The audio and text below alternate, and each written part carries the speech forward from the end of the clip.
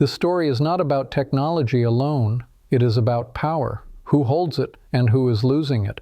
For years, digital finance lived on the margins, mocked by bankers, dismissed by regulators, treated as a sideshow. That is no longer true. Something has shifted, quietly but decisively. Old financial hierarchies are being challenged, and the challenge is no longer theoretical. This is Blue Analyst. We explain how the world actually works, not how it is advertised. Strangely, both sides appear to be winning.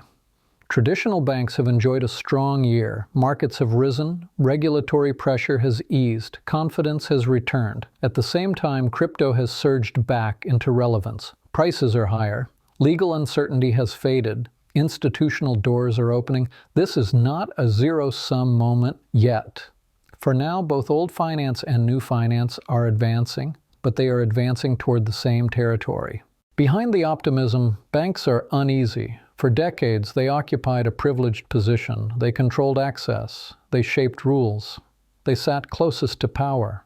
Crypto was never meant to sit beside them. It was supposed to remain outside the system, contained, manageable.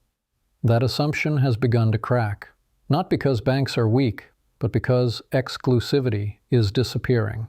The tension is clearest around stablecoins. Rules were written to protect banks, limits were imposed, safeguards added. Yet finance has a habit of finding paths around obstacles. Rewards replaced yields. Workarounds replaced compliance. To banks, this feels like rule breaking. To crypto firms, it feels like competition. And to regulators, it feels inconveniently ambiguous. Then came a moment that changed the balance. Crypto firms were granted limited entry into the banking system. Not full access, not deposit taking, not lending, but something more important: legitimacy, national reach, institutional recognition. What looked symbolic turned structural. A door that had always been closed was now open, just enough. For banks, this is not the first erosion. Their dominance over lending has been challenged, their control of trading weakened, their centrality reduced by outsiders, private credit, market makers, now crypto. Each shift seemed manageable on its own. Together they form a pattern. Banks are no longer the uncontested core of finance. The shift is not only financial, it is political. Banks were once the primary financial voice in conservative politics. That role is no longer secure.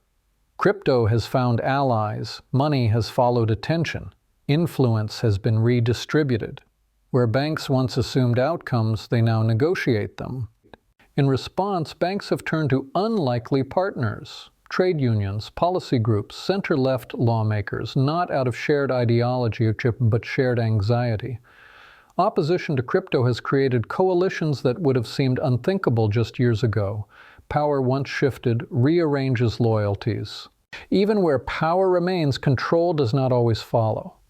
Threats are issued, rules are written, warnings are displayed, yet systems continue to adapt.